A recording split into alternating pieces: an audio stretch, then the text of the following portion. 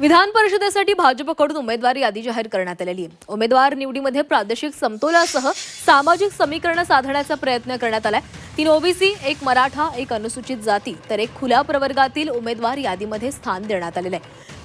सुनील करजकर हे खुल्या प्रवर्गामधून आहेत, तर एससी मधून माधवी नाईक या मुंबईमधून आहेत। ओबीसी कुणबी प्रवर्गामधून संजय भेंडे यांना उमेदवारी देण्यात आली आहे। अहिल्यानगरमधून मराठा समाजाचा चेहरा म्हणून विवेक कोल्हे यांना उमेदवारी देण्यात आली आहे। तर कोकणामधून ओबीसी वैश्यवाणी या प्रवर्गामधून या समाजाचं प्रतिनिधित्व करणारे प्रमोद जठार यांना उमेदवारी देण्यात आलेली आहे। तर प्रज्ञा सातव यांना ही उमेदवारी मिळालेली आहे। ऐनवेळी पक्षात आलेल्या आयरामांना नो एंट्री आहे, पण वर्षानुवर्ष काम करणाऱ्या निष्ठावंतांचं सभागृहामध्ये इन्कमिंग करण्यात आलेलं आहे।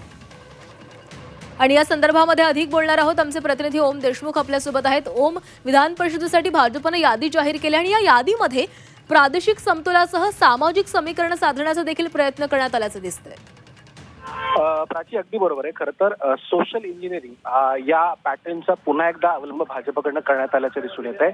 आपण जर पाहिलं तर 3 ओबीसी चेहरे या निमित्तानं भाजपनं यावेळेला दिलेले आहेत। त्यामध्ये एका मराठा चेहऱ्याचा देखील प्राधान्याने समावेश करण्यात आलाय आणि एकंदर जर आपण पाहिलं तर खुल्या प्रवर्गामधून सुनील करजकर असतील, ओबीसी असतील, या सगळ्या समाज घटकांना सामावून घेण्याचा प्रयत्न झालाय।